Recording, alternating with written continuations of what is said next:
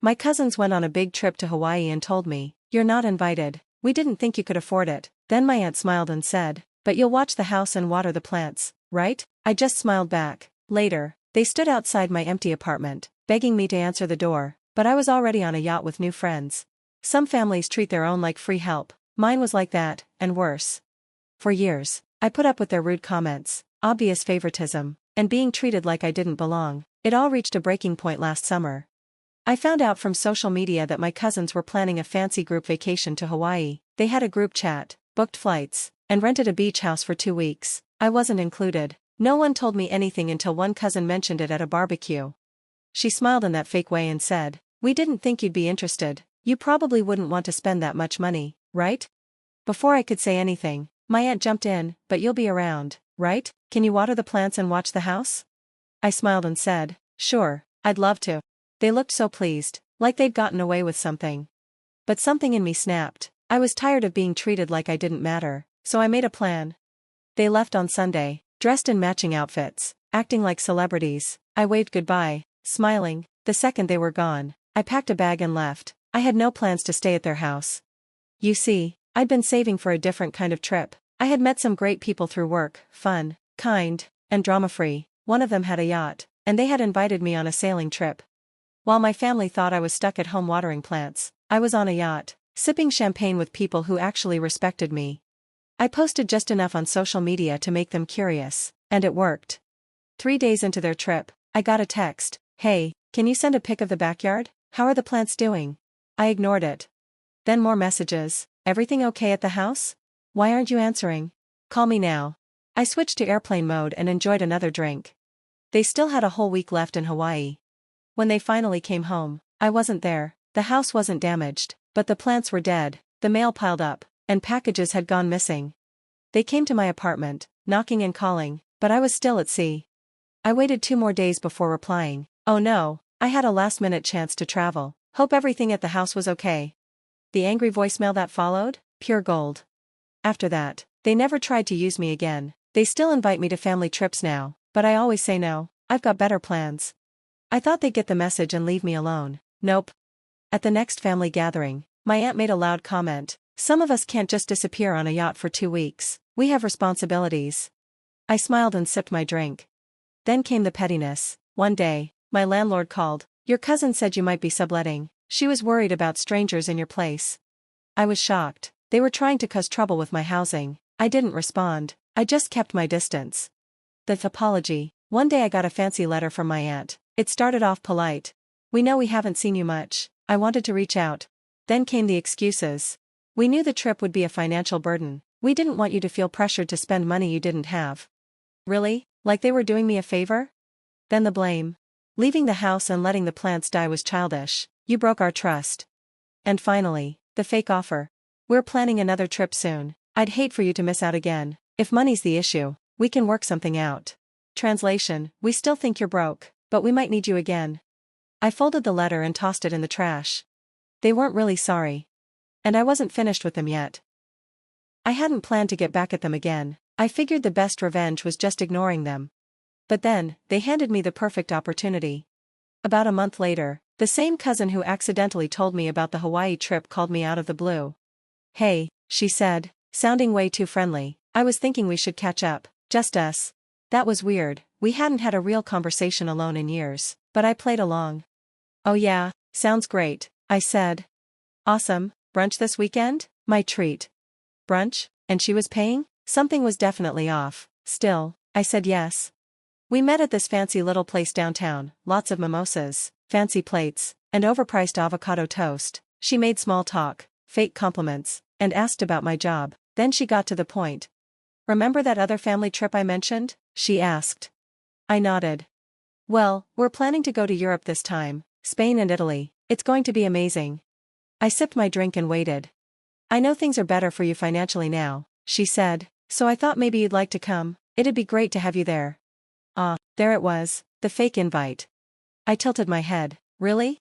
Of course, you deserve a fun trip after everything." Then she hesitated. "Here it comes. There's just one small thing." Here it really comes. "We already booked the flights, the Airbnb, and car rentals." "Okay," I said. pretending I cared. We just need one last thing covered, the villa deposit. She smiled like she was doing me a favor. How much? I asked. Oh, not much, she said, waving her hand, just like, $4,000? I almost laughed out loud. So let me get this straight, I said, leaning forward. You all planned a luxury trip, didn't include me, and now that you need money, I'm suddenly invited? She looked offended. That's not what this is. Sure it wasn't. That's when I knew exactly what I was going to do. The setup, again. I didn't say yes, I didn't say no, I just told her I'd think about it. Then I went home and started digging. Turns out, my cousins weren't as organized as they pretended to be. Their Airbnb, not actually booked. The cars, fake reservations. The whole thing was a mess, some half-paid deposits, some last-minute cancellations, and a lot of chaos. And then I found the real reason they wanted me involved. They didn't just want my money. They needed my name on the villa contract. Why? Because their credit was trash. Without someone with good credit, they couldn't lock in the booking. Honestly, I almost admired the nerve. But instead of walking away, I decided to play along. The trap. A few days later, I called her back. Hey, I said, all excited, I thought about it, and you know what? I'd love to come. She practically squealed. I could hear the relief in her voice. We went over the details, and she sent me the booking link. I told her I would take care of it, and I did, but not in the way she thought. Instead of booking the villa, I booked a trip for myself, same dates, different place, and I made sure she knew about it. I posted a photo of my passport and boarding pass. Then, I waited. It didn't take long for the texts to start coming. Where are you going? The villa isn't paid for, why aren't you answering? I turned my phone off. And the best part? They were stuck. They'd already taken time off work and told everyone about their amazing trip. Now they had nothing. And me? I had an amazing time. But it didn't end there. When I got back, they tried one last thing, and that's when I really got them. The moment of reckoning, the moment I landed, I turned my phone back on. There were lots of missed calls and messages, some from my cousin, some from my aunt, and a few from numbers I didn't even know. I scrolled through the texts and smiled at their panic. Cousin, where are you? You were supposed to book the house. Aunt, you've really let us down. Random number, hey, this is some guy. Your family said you were supposed to book a villa in Spain. The owner is threatening to cancel. We need to talk. Oh. They'd given my number to the villa owner. They thought they could pressure me into fixing their mistake. I turned my phone off and ordered a drink. They weren't my problem anymore. The aftermath: when I got home, I expected them to show up, angry.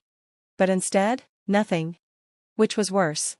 My family wasn't the type to talk things out. They were the kind that stayed silent, holding grudges. 2 weeks later, I found out what they were doing. The sabotage attempt. I got a call from my boss. Hey, I just had the weirdest conversation, he said, sounding unsure. What kind of conversation? I asked. Someone called the office, said they were family and were worried about you, said you'd been making bad financial decisions and might be in trouble. I felt my stomach drop. Who called? They wouldn't say their name. They just kept saying they loved you and were worried about your well-being. It felt like they were trying to cause trouble. I was angry. They were trying to ruin my job because I wouldn't give them money. Something inside me snapped. This wasn't just petty anymore. It was war. The counterattack. I spent the next week finding out everything I could about my family's finances. They'd been irresponsible for years: credit card debt, shady deals, lies on loan forms. And guess what? One of my cousins had recently applied for a mortgage. I had proof she lied on her application, stating a higher income and hiding debt. I didn't plan on reporting it, but I wanted her to think I might. So I sent her a message. Hey, do banks ever do random background checks on mortgages? Like, do they ever find out if someone lied about their income? Before I knew it, she replied. Why are you asking? No reason, just heard something about people having their mortgages taken away if they commit fraud. Scary, right? What did you do? She asked. I didn't answer. I just let her worry. The breaking point: a few days later, I got a message from my aunt.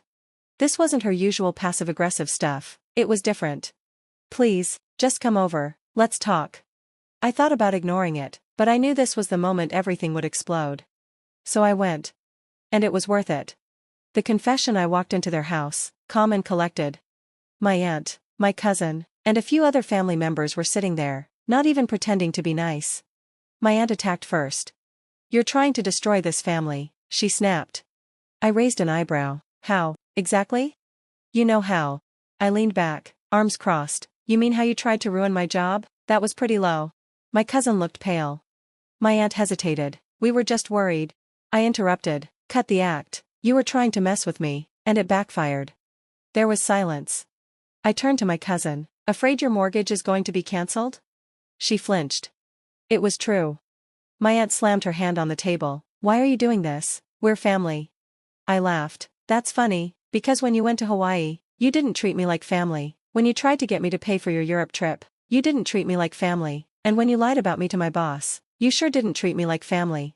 They were silent. Then my cousin said, You're just jealous.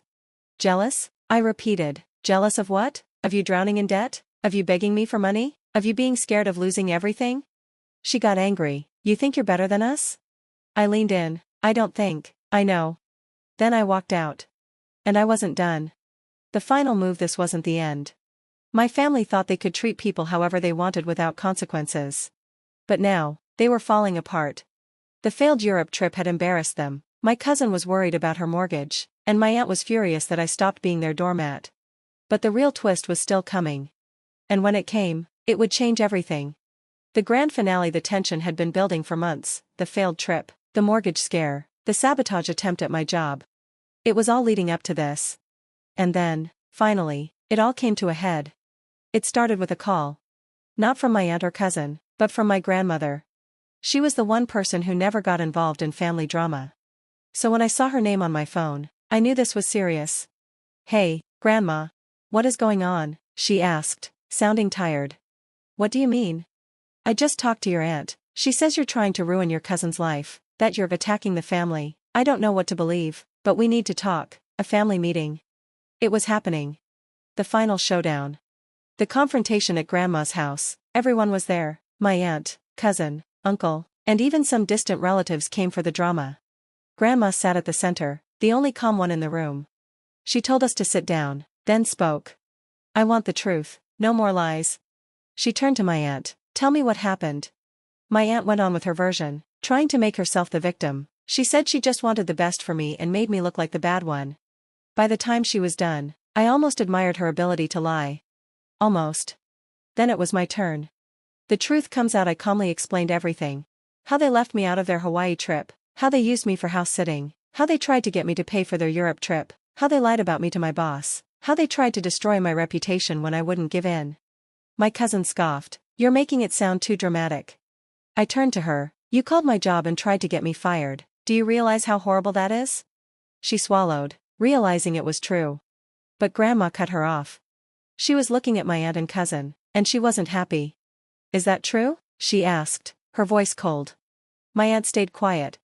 My cousin tried to make excuses. We were worried. Grandma raised her hand. Enough. And just like that, the room went silent. The breaking point. I thought this would be the moment they finally admitted they were wrong. But instead, my aunt snapped. You've always been a problem, she yelled at me. I blinked. Excuse me? You never helped this family. You sit on your high horse like you're better than us. I laughed. Oh, I don't act like I'm better, I just am.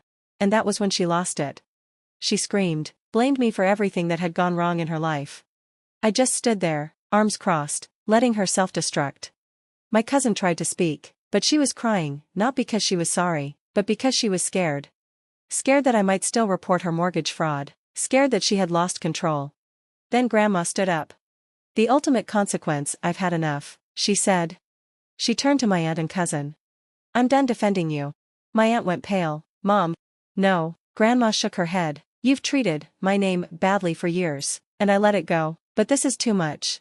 My cousin begged. Grandma, please. No. Grandma's voice was firm. You tried to ruin my name's life, and why? Because she wouldn't let you use her? My aunt tried one last time. We just leave. Silence. What? My cousin whispered. Leave, Grandma said, pointing to the door. I want you out of my house. My aunt was stunned. Mom, this is crazy. No, what's crazy is you'd rather destroy your family than admit you're wrong. My cousin cried again. My aunt's face twisted with anger, but she knew she lost. She grabbed her bag, pulled my cousin out, and slammed the door behind them. Then, quiet. I sat there, staring at the door. Grandma turned to me. I'm sorry, she said quietly. I should have stepped in sooner. I nodded. I didn't expect you to. But I should have, she sighed. I let them get away with too much. I didn't know what to say. So I just nodded. The rest of the family sat awkwardly, unsure of what to do. Because for the first time, my aunt faced consequences. And she hated it. The aftermath: a week later, my cousin texted me. She wasn't apologizing, she wasn't taking responsibility. She was still trying to justify everything. I didn't respond. I just blocked her number. Because I finally understood. Some people will never change. And trying to change them? It's a waste of time. For the first time, I felt free. No more family obligations, no more being their backup plan, no more being used. I had finally won. And I wasn't looking back.